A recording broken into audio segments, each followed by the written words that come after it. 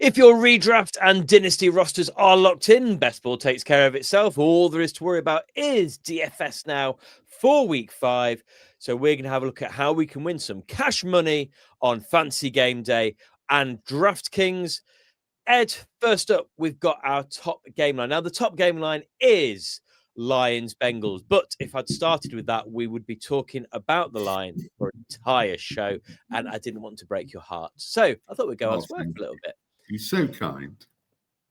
I mean, right, we'll start with Washington because I'm in significant doubt about this game line from a Washington point of view. At the minute, I see a way that the Chargers make up almost all of these points because Daniels is going to be back from injury, but McLaurin has just been ruled out, and Deebo Samuel has been nursing an injury as well this week. So it's far from certain on the Commanders' side. Jaden Daniels, though, back from injury, he's always a tempting play. But with those injuries you've just spoken about and LA being a really good defense, I think in redraft or dynasty, depending what else I got, I'd be plugging him in. I'd have to have a really stacked quarterback selection on my roster to not be playing him in those leagues. This week, at that price, I don't think I'm going to go in on him in DFS. However, with some of the other pieces being relatively cheap, looking at Zach Ertz and Ja'Cory Krosky-Merritt, there is a route to potentially persuading yourself to go for a stack in this game, I think. Deebo he's not back to his best, but he is definitely fantasy relevant again. And I think it could be a useful pick here, despite the LA defense being good, especially if he is, well, with McLaurin out, and especially if we kind of get good reports around his injury status, he could be a decent pick at his price point. Zach Ertz is really good value, I think, to be honest. Given that when he's played with Daniels, he's put big games up week 1 and 2. Those couple of iffy games with Mariota, though, have declined his value. So that's where. So I think Zach Ertz is going to be a go-to tight end for me in spots this week, especially if injuries are confirmed for Deebo. Ja'Cory Krosky-Merritt. I'm not hugely interested, if I'm honest, Ed. The Chargers defense are the third best against the rush, giving up just 14.88. I think he's just been underwhelming so far. Yeah, he has. He has been underwhelming, but you know, with McLaurin out, Deebo touch and go, he could have a bigger role than usual. There's always that. There's always that to consider. Let's move across to the Chargers. It was a stack of the week option last week, and Herbert and Allen remain so this week, especially after Penix and London had such a good game last week. Plus, Herbert is far better than Penix. Don't think I can start McConkey in DFS unless it's a really obvious game for a boom week. He's just not that reliable at the moment. The Commanders are giving up the 9th most fantasy points per game to wide receivers at just over 35 points. So that's something to consider. I've not got him on the screen because I think this is just my recency bias with Quentin Johnston. Like, his price is definitely an option. I don't know. I think he is my Sam Darnold of the year, where I just keep waiting for this downfall that is never going to happen potentially. There is no evidence to suggest that he's going to be absolutely useless. His price is a decent pick potentially.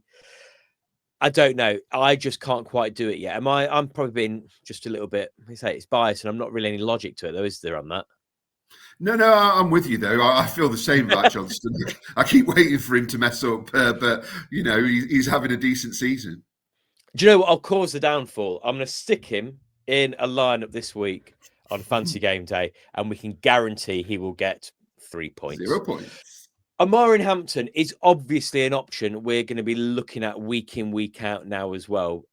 Commanders middle of the pack when it comes to fantasy points game for running backs, 19.6. I fancy this to be one of for them to get the over at this point. Just Hampton getting so much work. He's looking as advertised at this point now after a quiet start that was completely foreseeable and predictable. Rookie running backs don't. I'm trying to think of how to not use the phrase "hit the ground running," but there's no other option really. So many running backs don't get that immediate impact, and I'm feeling quite confident on my Amari Hampton potentially exceeding expectations over Ashton Genty. Hot take from the start of the well now. Before, Ed, we get into our stacks of the week, so have a quick shout out to Fantasy Gameday. Use that promo code THFF1 for 1 free play with your first paid entry. Key part of DFS, though, is those perfect combinations when it comes to our stacks. Who do you have this week for our consideration? Well, I was absolutely all over your stack like a rash, but I've had to go elsewhere. I think every other fantasy player in the country will be over that stack. But we'll come on to that one in a minute. So I've gone elsewhere, and I had to get creative, and it may be arguably slightly left field with my stack. I think it's fascinating, Daniel Jones. He's now the 8th most expensive quarterback in Fantasy Gameday, and that's demonstrative of how far the Colts have come in such a short space of time. He's had a quieter week after the first 2 weeks where he was QB3 and QB7, but he's going to relish facing that Raiders defense, who've been below average. They're in the bottom 10 in terms of receiving yards conceded across the first 4 games. Michael Pittman, very solid start to the season, wide receiver 14, averaging 7 to 8 targets a game. And despite a tough week against Denver week 2, he's managed a touchdown in the other 3 games. However, as we mentioned in the Fantasy 5 show, Pittman has appeared on the injury report midweek, which isn't necessarily a good sign, especially with a hamstring injury for a receiver. If he doesn't play, then I'd be more than happy with Daniel Jones, Josh Downs stack, and Josh Downs is cheaper than Michael Pittman for Fantasy Gameday. He's coming in substantially cheaper, so even better value potentially there. It's unlikely if you play that stack, there's going to be too many other people in the field of players that have matched that as well, which can't be said of my stacks. I think everyone will be trying to work if they can. And that is Jared Goff and Amon-Ra St. Brown. Why? I'm trying to remember. Why is it that I've put this as the stack? What is it that appealed so much? Oh, yes. The Bengals. They've got the Bengals defense. And the Bengals spend a lot of time on defense because Jake Browning is not a fan of moving the ball down the field. It's expensive. Absolutely, we know that. Highest game line as well. And said I discussed it earlier. If I wanted to avoid having a line-centric show, it only leaves you with on Fantasy Gameday £4,066 per player afterwards. So you're going to have to get a little bit creative. But they could be good for about 100 points. Like they could quite happily do. Like, I'm trying to think. 100 obviously I'm exaggerating. I put 1,000 originally. I thought I'd go for 100. Genuinely, there is a route that this could be 70, 80 points. Can I just say, this is genuinely not me trying to do talk the Bengals into it. There is zero chance. The Bengals are so bad at the moment on both sides of the ball that this is going to be an absolute massacre. The only positive I can see is 3 quarters in is that they just give up and put the reserves in, and that could maybe affect it if they just get so far out of sight that might be the caveat here. Yeah, just go for a sit down, lads. Let's leave the Bengals. They could probably just walk off the field. It's Jake Browning would still struggle to move the ball in the appropriate manner. Last week, the Bengals gave up 326 passing yards to the Broncos, and I hate to highlight it, Ed, Lions are better than the Broncos. This should be good for, I don't know, 400. I don't know. It's worrying. It genuinely is a little bit worrying for the Bengals. It does mean you have to get creative elsewhere, but you can take those risks elsewhere. And you're going to have to get creative to get different somewhere else on your roster if other teams done this. There is another option for a stack here, but I'll be mentioning that other player when it comes to our captain pick. And then, Ed, it's a case of looking at our secret stack for the week. Yes, and can I just check that you haven't made a mistake? When I saw the graphic, I thought that you just forgot to change it. Nope, I changed the picture. And I changed a little bit of the prices. There are some things when it comes to, I don't have any idea how Fantasy Game Day, boys, and how DraftKings go about doing their pricing. I'm sure there is an algorithm of some description, but I think the algorithm went a bit wrong when Jackson Dart has only gone up by £200 more on Fantasy Game Day this week. Scatterby's gone up by 500. That makes sense, but it was a good test against the Chargers last week. They're a decent defense. And New Orleans given up the 9th most fantasy points per game to running backs, 24.25, and the 5th most to quarterbacks, 20.62. Now, last week, you poo-pooed me as this being a ridiculous choice, and it turns out it was a reasonable choice. Did it make you any money?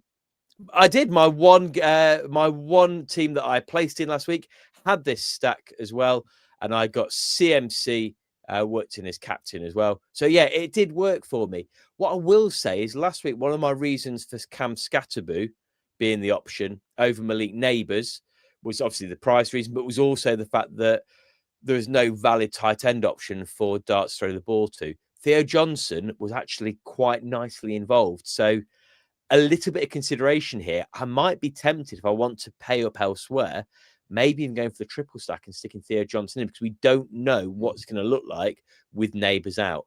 So that's something that could be for consideration. We said on the main show, we're talking about starts of the week.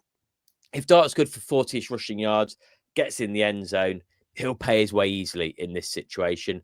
I expect that relationship with Scatterboo will be growing. When I Googled for pictures of Scatterboo and Dart together to use for this graphic, there's loads of them. They're playing the best buddies narrative at the minute as well. We know that always works out for fantasy. It's one of the best tropes there is for picking your lineups. I just think with Neighbours out, the QBRB combo, we could see a lot of groundwork this week. So it could be something that pays off.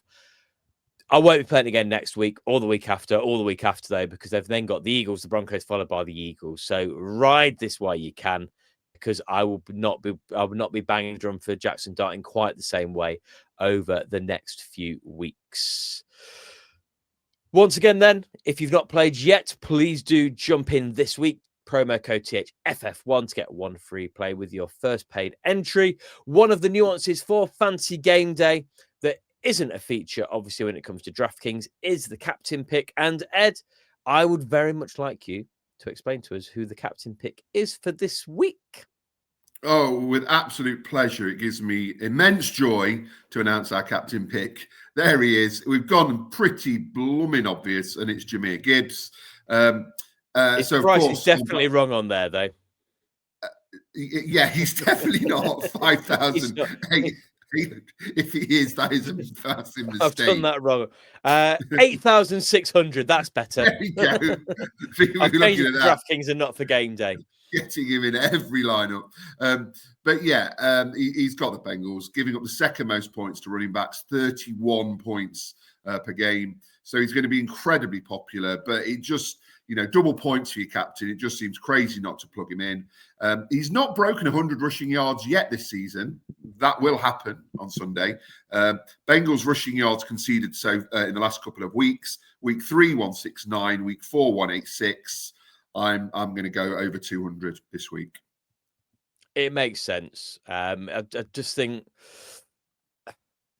yeah, Gibbs, even at that price of 8,600 on Fantasy Game Day, not 5,000. I mean, 5,800. Yeah, there wouldn't be a roster in the land without him in there. I just think, I don't know what price I'd be out on him in this matchup. We can make the exact same case for St. Brown, though, as we've said. And this could be the combination you want to go for, actually, as you stack as well with his work in the receiving game. Just if you could just put the Lions roster in, you'd be laughing sweet, but I don't think you'd be able to afford it. No, it would be very, very expensive. So you're going to need to save some money if you're going to play all of the lines. So we're going to need a bargain basket pick. And week 1 was really obvious for the bargain basket pick with Emma Krigbuki. It was an absolute steal. Every so often I have to get a little bit more kind of look for my roots to success for these low-cost players. And we've had pretty good track record so far this season, especially with Justice Hill the other week. This week, there is only one possible option for the bargain basket. There is no point me trying to get clever with it in the slightest. it's Amari DeMarcado, 2,200 with Trey Benson out. You've got a rock bottom price. The cheapest a player is on Fantasy Gameday for a solid workload with Benson on IR. Michael Carter's not going to be troubling him that much for work. Add into that, the Titans are the fourth worst defense when it comes to fantasy points per game. So running about 29.48. And I did wonder why it was relevant that the Cardinals were giving up the fourth most points per game. But that's, of course, the Titans giving up the fourth most fantasy points. I've done a right bad job of this, haven't I? I was thinking, how's that relevant? But yeah, the Titans. You clarified it with your words, Mark. Typo Central this week's show. And he's going to be involved in the pass game as well. I could go on, but there's no point. He's going to be in every lineup, though. That is the problem. And I think sometimes when it comes to the obvious pick, you've just got to make it so you're not left behind. And I think at 2,200, I think if you're not playing DeMarcado, you're going to be left behind. Yeah, agreed. Wonderful. That is us for DFS then. So enjoy setting your lineups this week. Hopefully you bring some money, whether you're playing on Fantasy Gameday or on DraftKings this week. Anything you wish to add, Ed? No, I don't think so. I just hope that I win some money this week. And I don't know, it'd just be nice if the Bengals conceded fewer than 50 points, but I'm not hopeful. Oh, it's going to be a big one, isn't it? I'm really looking forward to it because that is where I'm going to get my... With Lamar Jackson out and the Ravens in free fall at the minute, I'm going to get my joy from watching the Lions absolutely massacre the Bengals. On that note, and Ed's joy, it's all from me. It's all from Ed, who's smiling because it must be just the pre-game delirium setting in. So, bada bing, bada bye, Malcolm, take us home. You have been listening to the team from TH Fantasy Football. For more content, follow TH_fantasy_NFL on Twitter and Instagram.